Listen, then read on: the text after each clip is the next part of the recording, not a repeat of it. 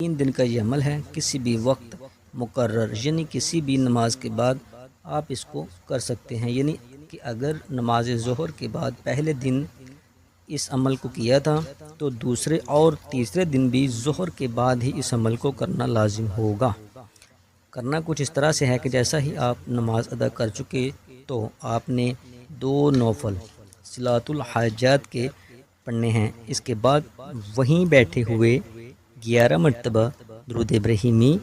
نماز والا جو درود پاک پڑھنا ہے، اور پھر 41 یعنی کہ 41 مرتبہ سورہ کوثر آپ نے پڑھنی ہے۔ سورہ کوثر کو 41 مرتبہ 41 مرتبہ تلاوت کے بعد 11 مرتبہ درود ابراہیمی پڑھ کر اللہ کے حضور ہاتھ اٹھا کر اپنے تمام حاجات، دکھ، بیماریوں، مشکلات کے لیے